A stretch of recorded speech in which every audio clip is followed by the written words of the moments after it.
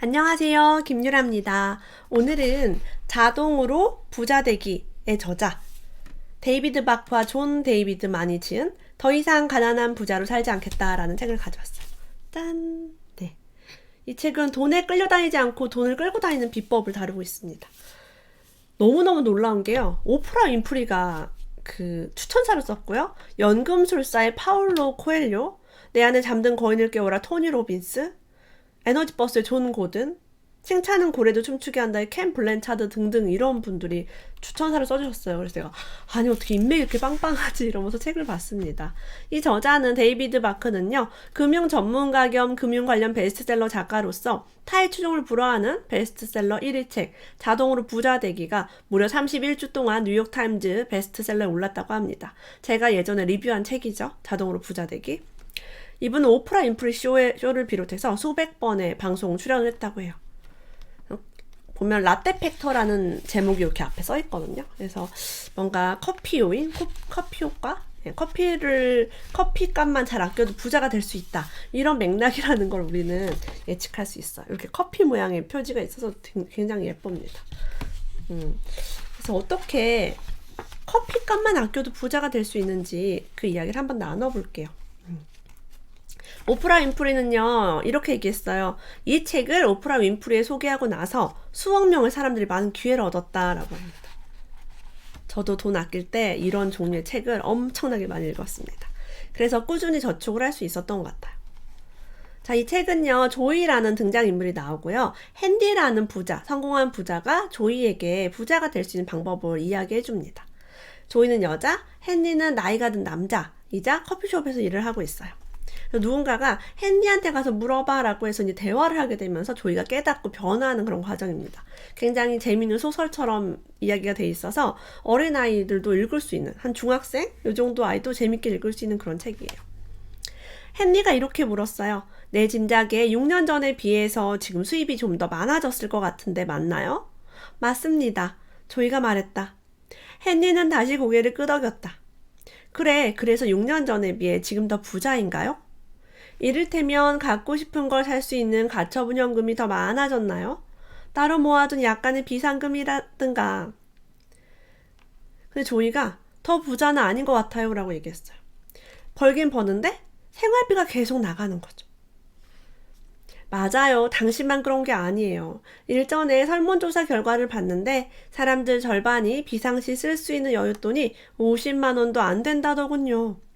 10명 중에 7명이 한 달에 한 달 벌어 산다고 말해요. 또 온통 신용카드 빚을 갚는데 생활비를 쓰는 사람들도 많고요 라고 했어요. 사실은 미국 같은 경우는 전세제도가 없기 때문에 전원이 월세를 지급합니다. 수입의 한 절반 정도는 월세로 나가는 시스템이죠. 저축을 하기가 우리나라보다 더 힘듭니다. 우리는 하루에 8시간을 보통 일을 해요. 근데 오전 2시간 반 동안 번 돈은 세금으로 나가고 또 오후 2시간 반 동안 번 돈은 집세와 담보대출금으로 빠져나가고 그리고 오후에 또 1시간 일한 돈은 교통비를 내야 하고 그 뒤에 한 2시간 남은 돈은 카드값, 휴대전화 비용, 연애 비용, 밥값 요걸로 다 나가버려요. 그래서 내가 일하는 8시간이 나한테 남는 게 없는 그래서 우리가 부자가 되지 못한다고 얘기합니다. 이런 얘기도 하고 있어요. 학자금 대출 살벌한 놈이죠. 그리고 물론 식료품비 거의 다 밖에서 사 먹어요. 여기다 이렇게 하루를 그렸거든요. 이 글을 보면 다 빠져나가는 돈이죠. 이만큼 번 돈은 이렇게 빠져나가고. 그녀 손에 있는 라떼를 보면서 고개를 끄덕였대요. 그리고 커피값 굉장히 중요하죠. 커피를 빠뜨려서는 안 되죠 라고 얘기했어요. 하루가 끝날 때쯤이면 원하는 것 하나 살 돈이 남아있지 않다고 합니다. 이게 평범한 사람들의 이야기예요. 자, 부자가 되는 3가지 비결 안내하고 있습니다. 첫 번째, 먼저 자신을 위해 써라. 이게 무슨 말이지? 자신을 위해 쓰라니? 그럼 내가 돈을 나를 위해 쓰고 있지 않단 말이야? 라고 얘기합니다. 나를 위해 쓰라는 게 커피 사 먹고 집세 내고 카드값 내고 이게 나를 위해 쓰는 돈이 아니에요. 나한테 돈을 남겨놓으란 얘기입니다. 나를 위해서, 미래 나를 위해서. 이렇게 물어봤대요. 하루에 $5씩 저축하면 40년이 지나면 어떻게 될 것 같아요? 라고. 그래서 에이 $5가 하루에 커피 한 잔 값 저축해봐야 얼마나 되겠어? 그래서 내가 모은 돈이 한 2배 정도 될까라고 물었더니 헨리가 미소를 지으면서 실제 그 금액이 10배가 된다고 얘기를 했습니다. 10%로 계산을 이자를 하고요. 복리로 했을 때 40년 동안 꾸준히 매일 $5씩 저축하면 10배, 원금 10배가 된다는 거예요. 이자가 붙고 이자가 붙는 게 복리의 법칙입니다. 그래서 여러분, 나이 드신 분들이 부자가 많은 이유는 그 사람들이 꾸준히 저축만 해도 예전에는 이자가 굉장히 높았잖아요. 10%, 20% 이랬어요. 우리 부모님 어렸을 때는.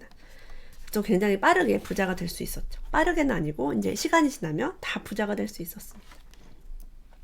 그래서 이 책에 보면 이렇게 1년을 모으면 얼마고 몇 년을 모으면 얼마다 이렇게 금액이 써 있어요.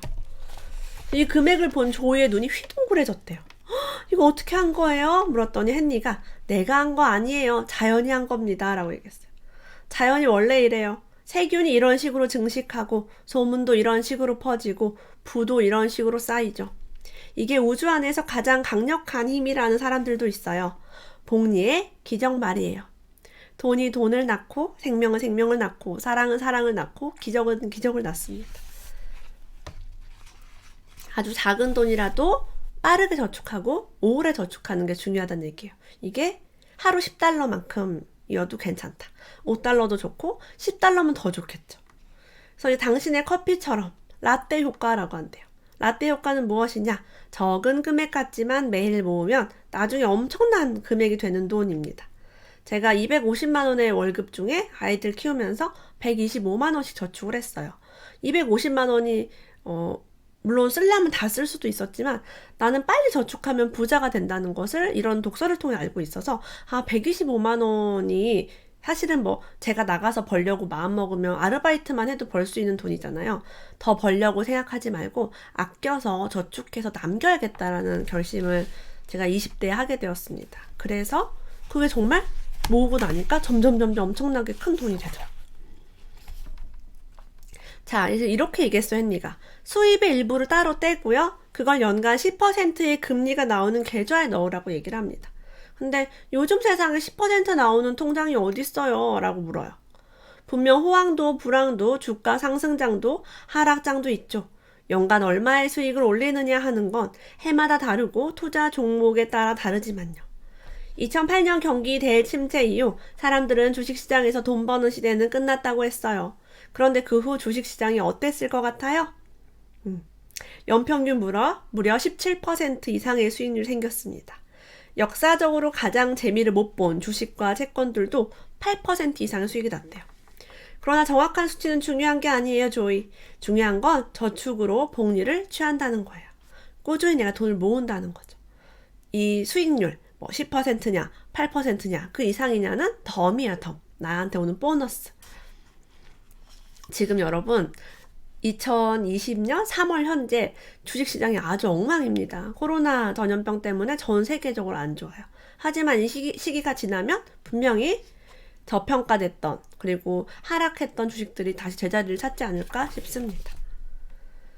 그리고 저축을 할 때는요, 비과세와 과세가 있대요. 이건 미국이라 우리나라랑 좀 다를 수 있지만, 그러면 세금을 내는 게 좋으냐, 세금을 안 내거나 세금을 나중에 내는 게 좋으냐라고 물었을 때 세금을 나중에 내는 게 좋다고 얘기합니다. 이유는 뭐냐면 복리로 이게 돈이 불어나잖아요. 불어날 때 세금을 내버리면 돈이 작아진대요. 세금을 자꾸 떼면 작아지는데 세금을 내지 않고 마지막에 만기가 됐을 때 내거나 수십 년 후에 내거나 그렇게 되면 돈을 버니까 이렇게 올라가는 그래프가 나와요. 그래서 같은 저축을 하더라도 과세가 유예되는 세금을 나중에 내는 것으로 돈을 불려라 라고 얘기합니다. 우리나라도 비과세 통장 이런 게 한참 유행이었던 적이 있었죠. 자, 이 저자래. 여기 나오는 조이, 처음에 돈을 잘 못 모으고 그랬던 조이는 엄마가 이런 말을 많이 했대요. 중고품을 사고 현금으로 지불해라. 저도 되게 좋아하거든요. 저도 돈을 모을 때 중고로 엄청 많이 샀고요.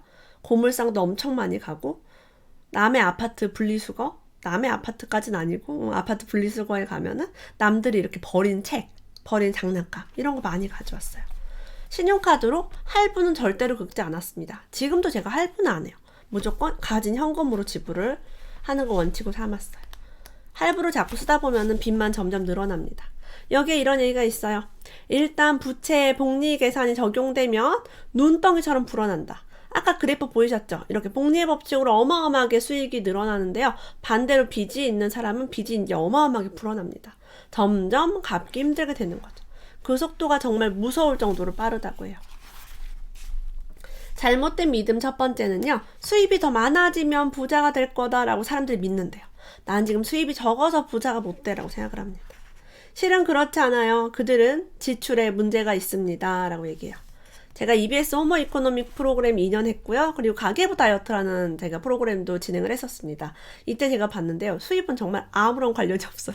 왜냐면 수입이 정말 많은 가정, 1,000만 원도 넘게 버는데 마이너스인 가정도 제가 봤고요. 수입이 300만 원밖에 되지 않는데도 100만 원 이상 저축하는 가정을 보았습니다.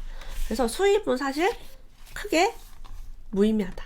많이 벌면 물론 좋겠지만 많이 번다고 꼭 많이 저축을 하는 게 아니더라고요. 잘못된 믿음 2. 돈을 벌려면 돈이 있어야 한다라고 해요. 많은 사람들이 투자를 하고 싶어도 그럴 돈이 없어요 라고 얘기해요.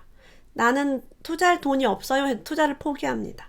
제가 나는 마트 대신 부동산에 간다는 책을 쓴 저자인데요. 그 책에 제가 어떤 사례를 썼냐면 1,000만 원 이하로 집을 살 수 있는 방법, 투자할 수 있는 방법을 썼습니다. 물론 그 과거의 사례를 지금 똑같이 적용하기 쉽지 않지만 몇백만 원 정도 우리가 충분히 모을 수 있겠죠. 이거 뭐 레버리지를 활용하는 많은 방법들이 있습니다. 이것도 핑계에 불과하다는 거죠. 내가 투자를 하고 싶다면 얼마든지 이제 자금을 마련할 수 있어요. 예를 들어 스타벅스가 처음 문을 연 1992년에 그 주식을 $1,000치 샀다면 1,000달러면 우리 돈으로 한 120만 원 정도입니다. 샀다면 그게 지금 얼마나 됐을까요? 25만 달러가 됐다고 해요. 몇 배예요? 25만 달러면? 250배? 네, 어마어마하죠.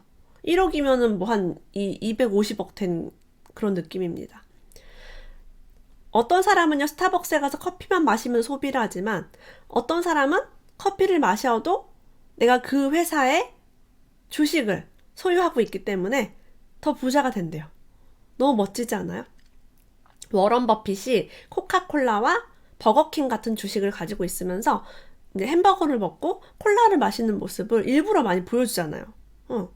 너무 멋져요. 그러니까 내가 그 주식을 가지고 있으면서 부자가 됩니다. 자, 어떤 사람들은요, 세를 내요. 월세를 냅니다. 어떤 사람 월세를 받아요. 그리고 우리는 언제든 원하는 쪽으로 선택할 수 있다. 커피를 사 먹을 거냐? 커피를 파는 유망한 회사의 주식을 살 거냐는 내가 선택할 수 있다는 얘기입니다. 무엇보다도 당신 자신을 위해 1달러나 10달러 또는 25달러를 집이나 기업의 주식을 사는 데 쓴다면 어떤 식으로든 당신 자신의 미래를 위해 투자한다면 당신은 당신 삶의 소유권을 손에 넣는 거예요. 집 주인한테 월세 주는 게 아니라 내가 내 집에 살고 내가 좋은 기업의 주식을 소유하고 이런 거 매우 중요하죠. 저는 그래서 돈 열심히 모아서 집을 사고 돈 열심히 모아서 또 뭐 하나요? 요즘은 제가 좋아하는 기업의 주식을 사고 있습니다. 지금 여러분 유튜브 보고 계시죠? 저는 유튜브 회사 주식을 조금씩 아주 조금씩 사고 있어요. 그래요. 내가 좋으니까 유튜브가 잘 되면 전 기분이 좋습니다. 명절에 여기 뭐라고 써있냐면 제가 명절에 시댁을 갈 때 돈을 아끼기 위해서 도시락을 많이 싸가지고 다녔어요. 실제로 이 책에서 강조하는 게 수입이 많지 않으면 외식을 좀 자제해라 라고 얘기합니다.